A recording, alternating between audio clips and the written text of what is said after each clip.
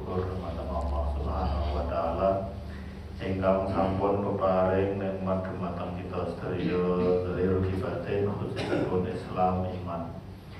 Kami kalihipun selawat salam mugi kunjuk dumateng Nabi Agung Muhammad sallallahu alaihi wasallam. Panutan kita ingkang kanthi ajaran agama Islam untuk selamatan kita sedaya teng dunya dumugi akhirat. Monggo sarengan kita tiga kategori basmalah. Bismillahirrahmanirrahim. Mugi-mugi Allah paring ridho, mugi-mugi dicatat dados salah satunggalipun amal saenan kita Allah. Kita lajengaken tafsir Ibnu Katsir surat Al-Baqarah masuk ayat 61 nggih. Wa idh qultum ya Musa lan nasbir. 61 surat Al-Baqarah. Monggo Bapak Ibu kita sesarengan monggo.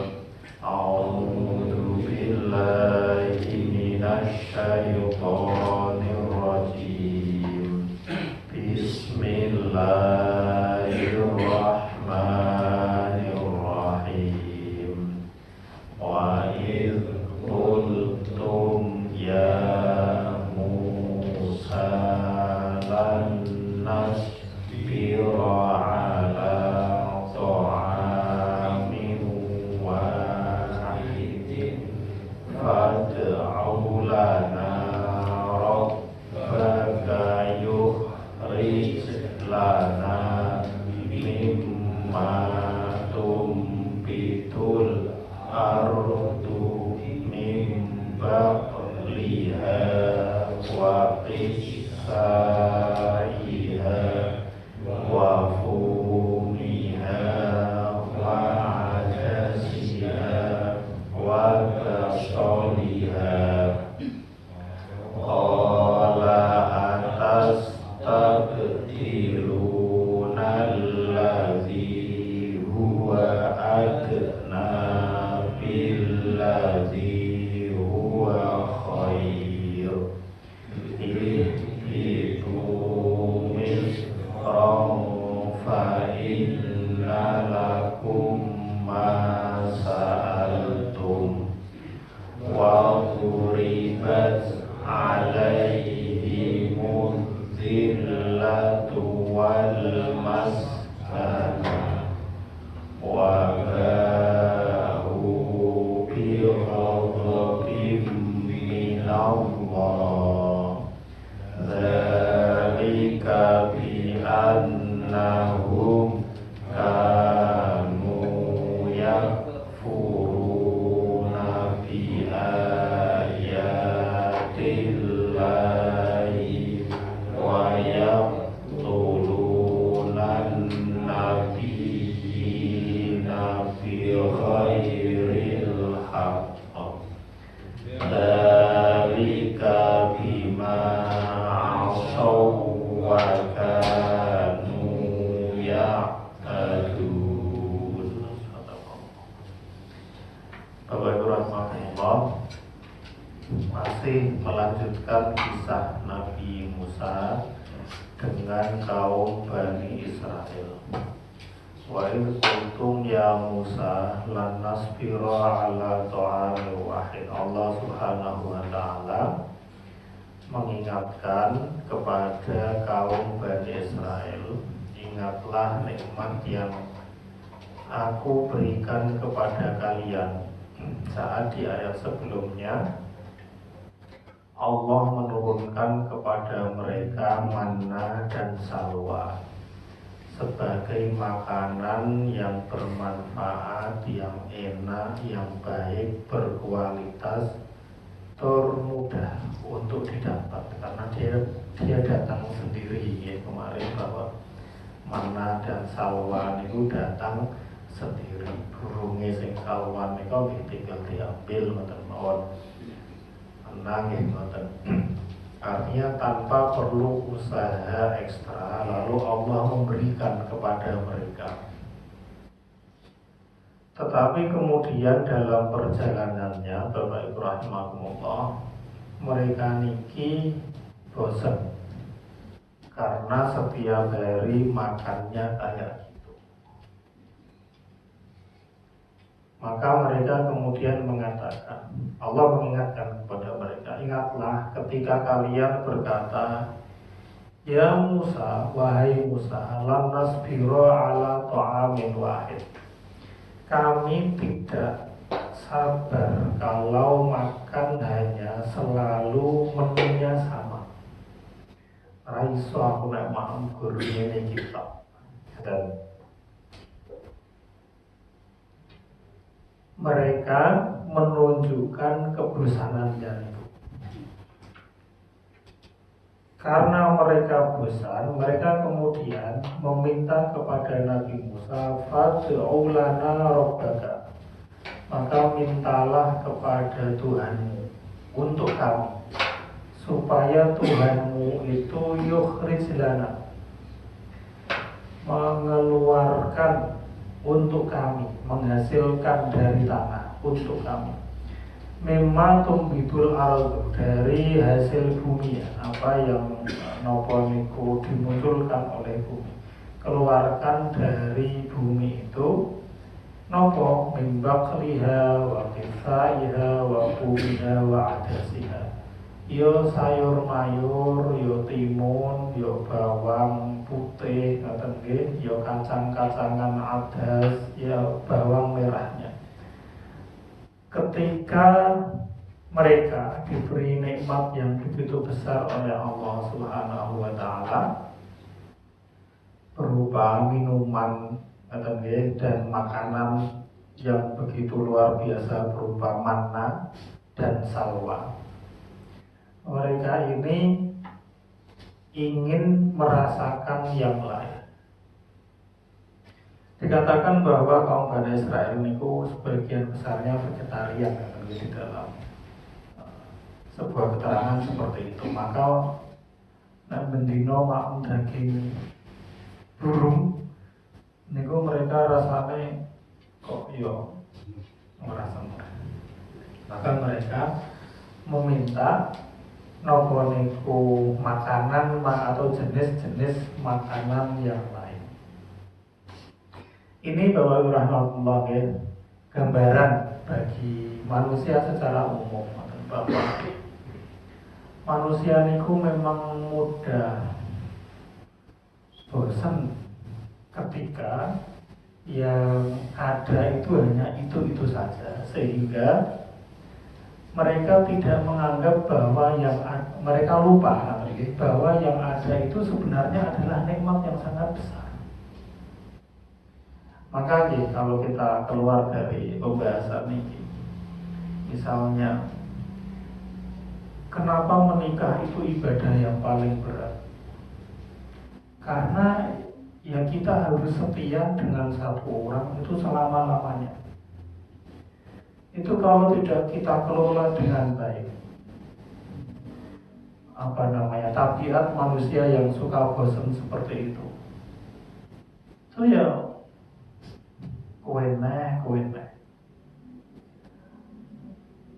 kemana-mana ketemunya wong kuwi, setiap buka omah ketemunya kuwi, dan terus itu bisa membosankan. Maka itu berat, karena tabiat manusia itu memang suka bosan. Dan ketika mereka bosan itu nggak tahu bahwa apa yang ada di sisinya itu sebenarnya adalah nikmat. Nyatanya ketika ditinggal bojone ya mulai ditinggal mati dari tangisan. Padahal ketika di dunia mungkin doa dudun. Tapi ketika sudah kehilangan baru merasa bahwa ini nikmat yang luar biasa. Dan karena itu terdorong oleh rasa bosan. Ya misalnya awak dhewe bendino makan tempe wae. Padahal tempe itu kan nikmat dari Allah Subhanahu wa taala yang tidak semua orang niku bisa merasakan makanan tersebut. Tapi karena seringnya kita memakan ngoten itu terus menerus, maka kemudian kita merasa bosan. Kalau kita gambarkan di orang-orang Bani Israel tadi, itu kan makanannya mewah ya. Mudah untuk mendapatkannya. Jadi nopo burung panggang, burung goreng, nopo burung nopo, Kalau daging-dagingan ngoten niku itu kan sesuatu yang nikmat. Tapi karena terus menerus membuat mereka itu bosan. Jadi ini gambaran secara umum kita sebagai manusia itu kalau sesuatu itu kita terus menerus kita peroleh, itu kita kemudian merasa bosan untuk mencari yang lain. Dan kita tidak menganggap bahwa apa yang ada itu nikmat. Baru ketika nggak ada kita menyadari bahwa ternyata itu nikmat yang sangat besar.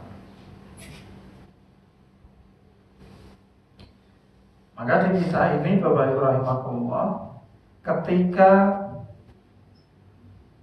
kaum Bani Israel niku mulai bosan dengan manna dan salwa, lalu kemudian meminta makanan pengganti yang gambarannya seperti itu ya, baklun niku ya sayur-sayuran, kisah niku timun, fum dalam bahasa yang lain saus niku bawang putih, adas niku kacang adas niku sing oren-oren niku, bahasa lian nggih bawang merah lah.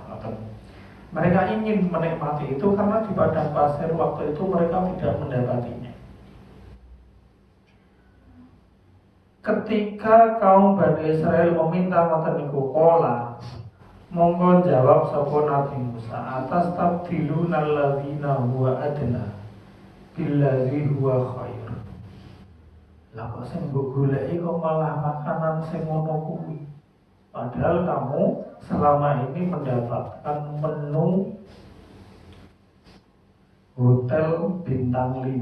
Jadi lho, kok malah sing mbok goleki makanan sing remeh-remeh kayak gitu. Apakah kamu akan mengganti makananmu menjadi menu-menu yang lebih rendah dibanding yang selama ini kualitasnya sangat baik, bagus, dan ya luar biasa.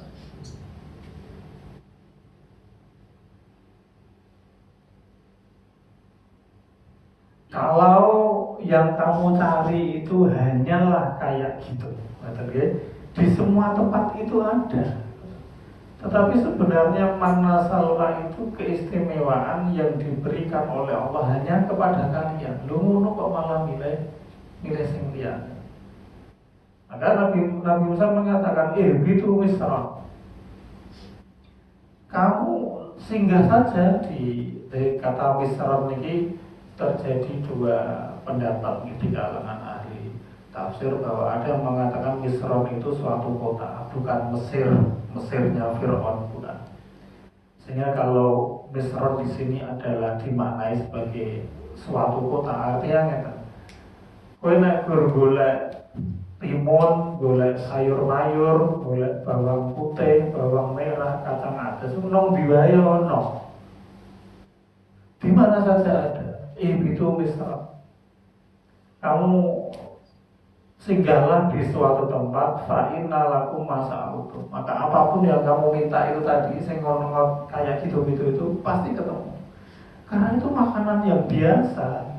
Allah memberi kalian sesuatu yang luar biasa, kok malah milih sesuatu yang biasa dan bosan dengan sesuatu yang luar biasa tersebut. Kok aneh. Tetapi watak manusia katanya.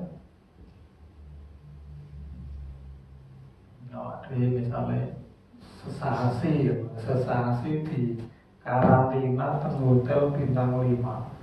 Makme niku sing bangsane daging, ayam dan seterusnya segala olahannya. Ini pasti ya kangen gitu. Rasane ora ana sing ngalahke dan tapi nek terus-terusan ya pengen mau yang lain. Itu karakternya manusia. Dan kadang-kadang karena itu kita tidak bisa mensyukuri nikmat yang diberikan oleh Allah Subhanahu wa taala. Padahal semua itu sesungguhnya adalah nikmat yang luar biasa.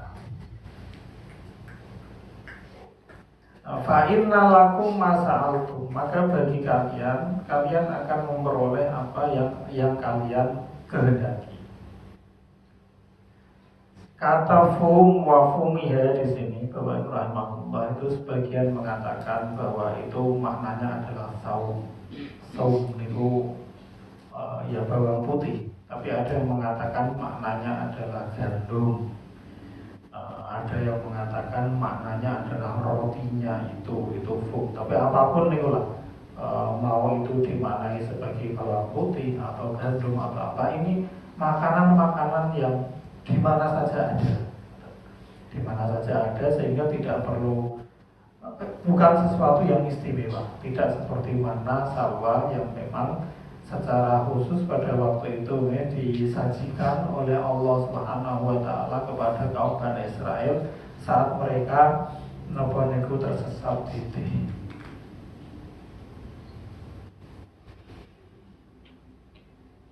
Bagi yang memaknai bahwa Misron di sini adalah Mesir, Bapak Rahimahullah, ya tanah Mesir, maka berarti maknanya adalah Ibitu Misro. Tinggallah kamu di Mesir, atau kamu singgahlah ke Mesir.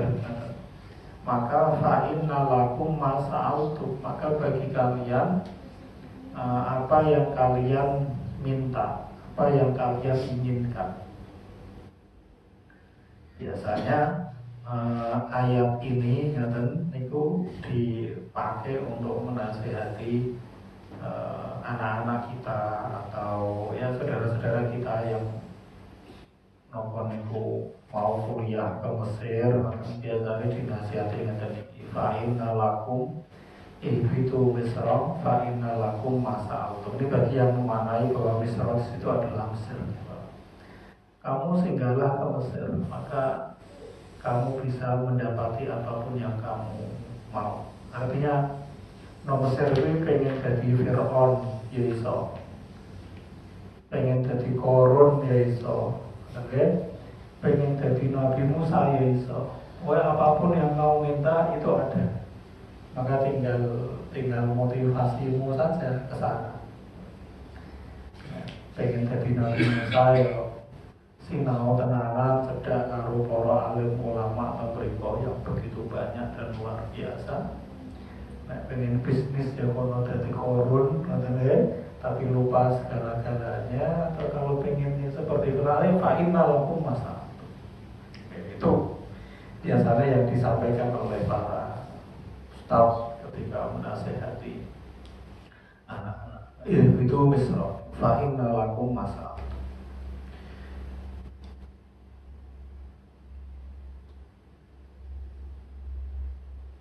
Bapak rahmatullah, dengan ini kita perlu mendefinisikan ulang sebenarnya tentang hakikat dari nikmat itu.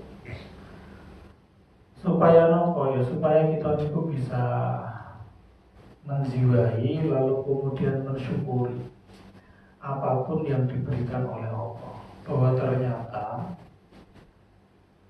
semua pemberian Allah niku istimewa pada waktunya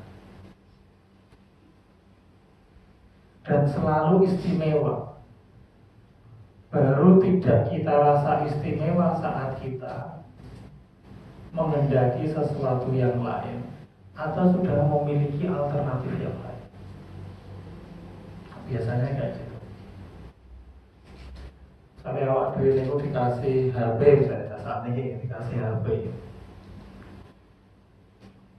Awalnya ketika kita punya HP anget, rasanya senang banget. Tapi ketika melihat kontrolnya kok HP-nya punya HP, kok iso tinggo ngono, iso tinggo ngene. Awalnya HP yang ini kita syukuri niku kemudian berubah menjadi rasa kurang atau ya rasa nggak cukup, sehingga pengen seperti kontrolnya, pengen duit.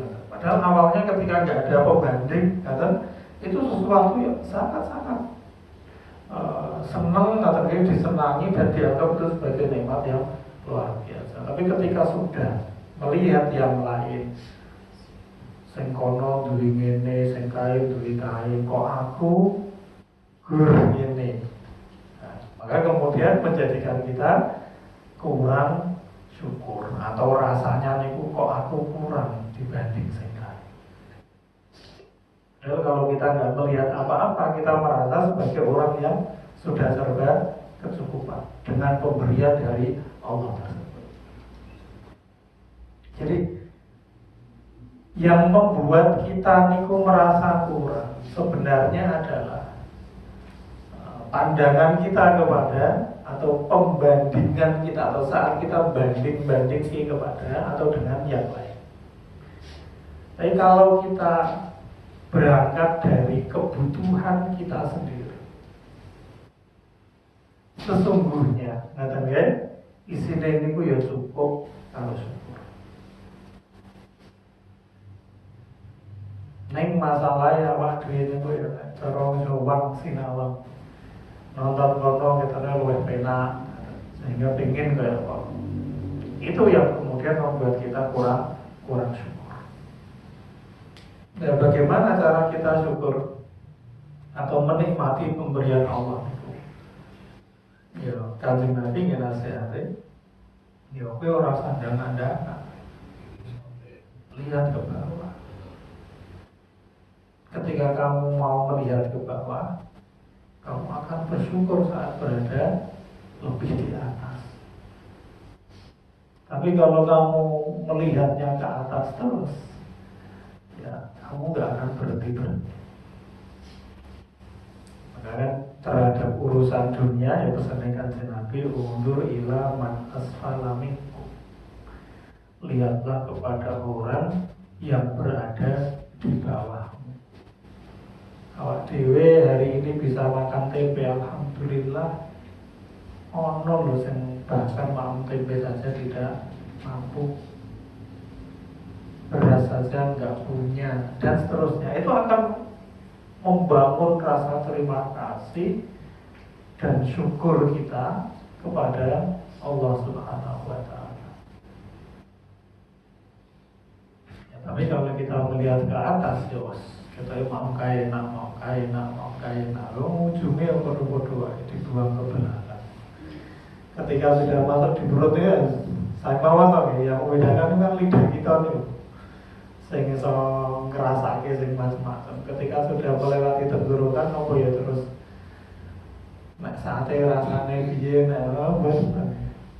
ya paling gelikin mungkin gitu.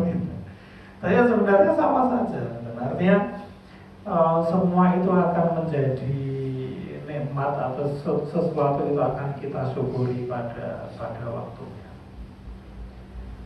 Yang menjadikan kita nggak syukur itu karena ya kita bisa bandingke, kita bisa merasakan yang lain. Misalnya awak diri tersesat menggunung, apa yang paling kita dapat air putih sing seger ngoten matur nuwun, ora perlu es teh, ora perlu macam-macam.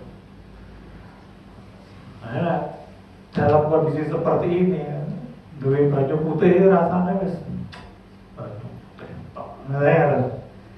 Orang seger. Tapi kalau sudah nggak ada, apapun itu menjadi nikmat. Ya artinya apa? Sebenarnya bisa kita kondisikan asal kita melihat ke bawah. Tapi kalau kita selalu banding ke melihat ke atas, berat bagi kita untuk mensyukuri. Karena pasti ada yang lebih menurut kita, dan tidak akan selesai karena wama yang telah ujafubno ada ma'ilam tuh katakan Kanjeng Nabi sing iso ngebai perute anak Adam itu ora ana liya kejaba tanah atau mulute anak Adam itu enggak ada yang kecuali tanah. Artinya ketika kita itu sudah mati, sudah nggak punya harapan apa-apa lagi, nggak bisa duwe karena kuwi lagi rampung pingine. Selagi kita niku masih punya keinginan, ya kita pasti rasanya niku kurang terus. Maka dalam redaksi yang lain dikatakan bahwa salah satu hal yang membuat orang tua niku masih merasa muda niku napa? Tulul am. Pengarepane itu saya kata. Orang itu kalau masih berharap A, B, C, D, saya besok begini, kok tuane kaya apa? Itu mesti masih rasanya niku saya kaya karena merasa masih banyak sesuatu yang ingin dia dapatkan atau ingin dia raih. Itu masalah. Kenapa masalah? Karena tulul amal seperti itu menyebabkan seseorang itu takut mati. Kenapa takut mati? Ya, aku urung ngrasake kaya aja mati sih. Aku urung dan seterusnya. Tapi panjang angan-angan seperti itu, niku biasanya sepaket dengan takut mati. Beda kalau orang sudah aku randuwe kekarepan nek urip nang dunya iki. Maka kemudian dia akan mengondisikan dirinya untuk siap mati. Anakku saya cilik-cilik, aku urung jalan-jalan nanti, aku urung ngrasake apa, arep mati uti. Tapi ketika sudah selesai dengan dunia ini, alhamdulillah, kan? Maka sewaktu-waktu dipanggil itu,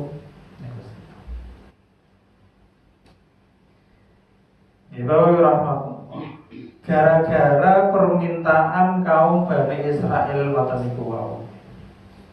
Lalu kaum Bani Israel itu ditegur oleh Nabi Musa. Maka wa zuribat alaihim muzillatu wal maskana. Gara-gara permintaan mereka ya sing onah-aneh ngoten niku, sing gonta-ganti ngoten niku, maka kemudian mereka selalu ngoten ditimpa kehinaan dan nopo kerendahan. Artinya mereka niku gara-gara niku wau di mana-mana niku mereka terus diremehkan, dikucilkan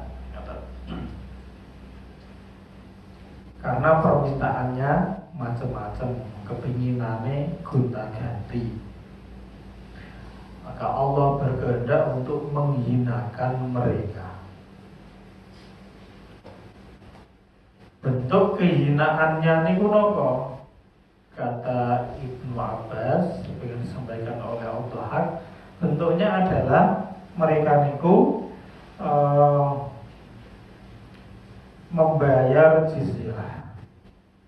Ketika Islam datang niku mereka membayar jizyah. Sebelumnya juga ketika nopo niku orang-orang Majusi berkuasa, mereka juga membayar pajak dan seterusnya. Artinya mereka menjadi kelompok-kelompok kecil yang memang direndahkan, dihinakan oleh Allah Subhanahu wa taala gara-gara nopo? Gara-gara mereka niku pinginane niku macam-macam, tidak mudah menerima terhadap apa yang ada, ingine gonta-ganti.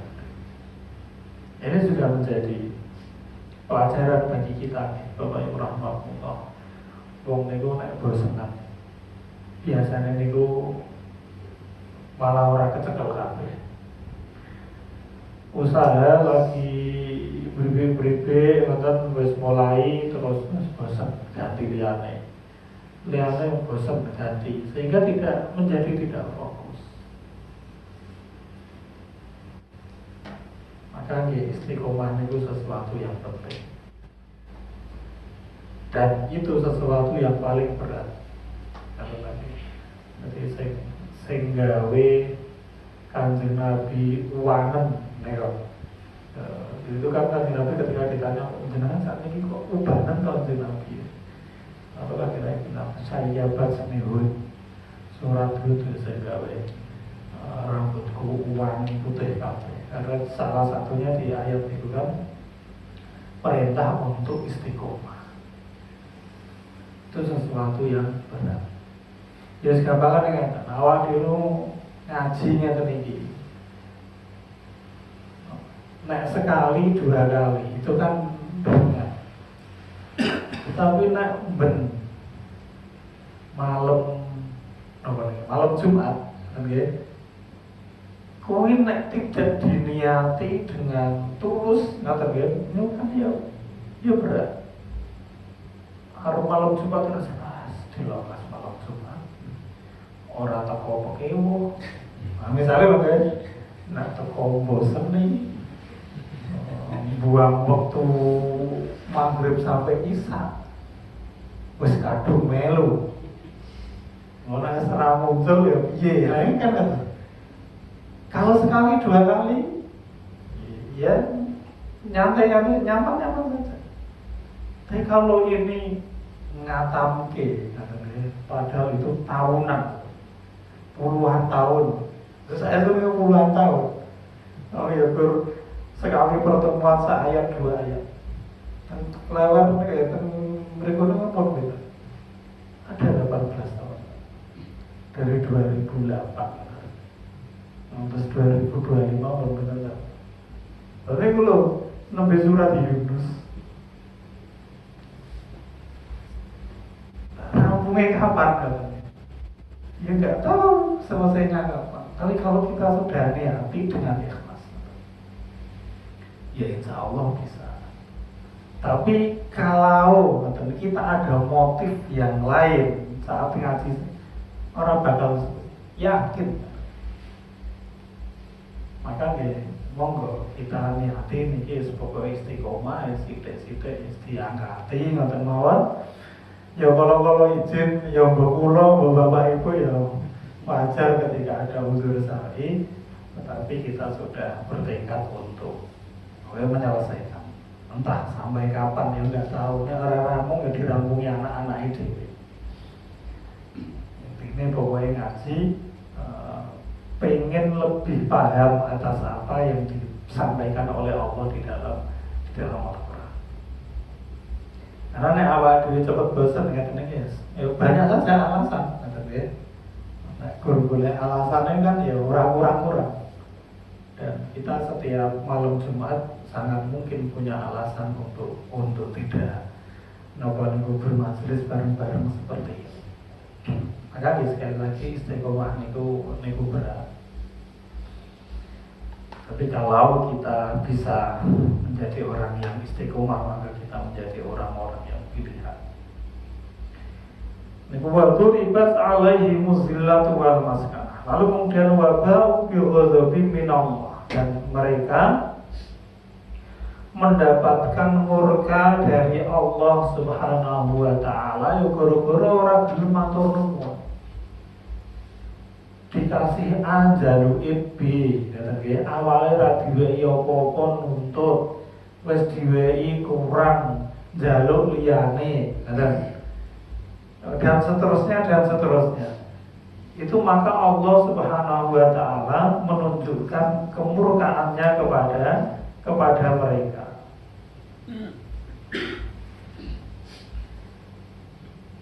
Di sini kemudian disebutkan alasannya Bapak Ibu rahimahullah. Dzalika bi annahum kanu yakfuruna bi ayatillah. Demikian itu karena orang-orang Bani Israil itu selalunya menentang ayat-ayat Allah Subhanahu wa taala. Wa yaqtuluna nabiyyina bi ghairil haqq, dan mereka niku bahkan membunuh para nabi yang diutus kepada mereka.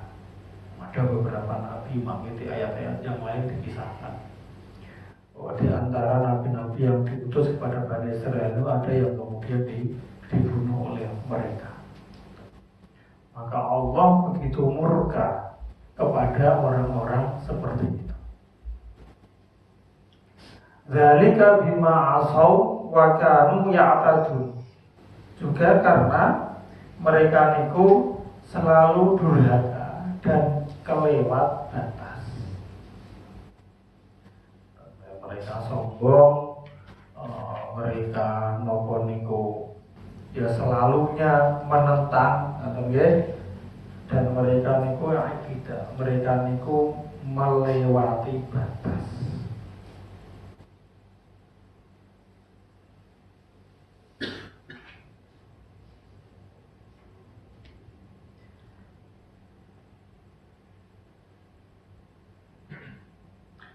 Bapak rahimahullah,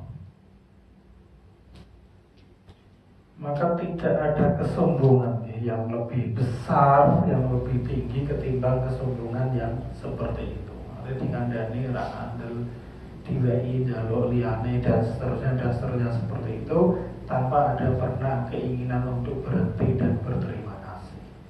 Nah, itu yang perlu kita waspadai supaya jangan sampai jangan sampai kita niku menjadi seperti kaum Bani Israil.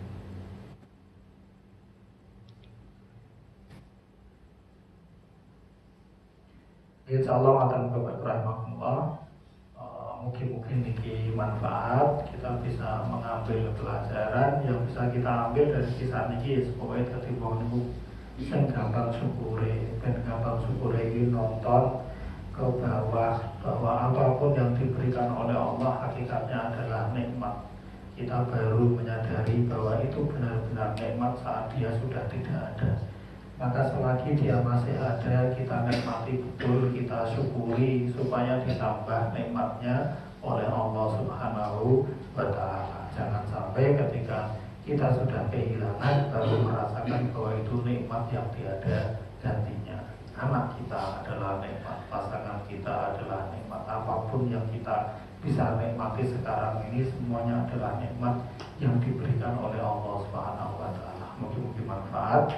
Yang ngapunten kok kelewatan perintah ini pun monggo sarangan kita tutup kali wasan hamdalah alhamdulillahirabbil alamin subhanaka allahumma wa bihamdika asyhadu an la ilaha illa anta astaghfiruka wa atubu ilaik. Assalamualaikum warahmatullahi wabarakatuh.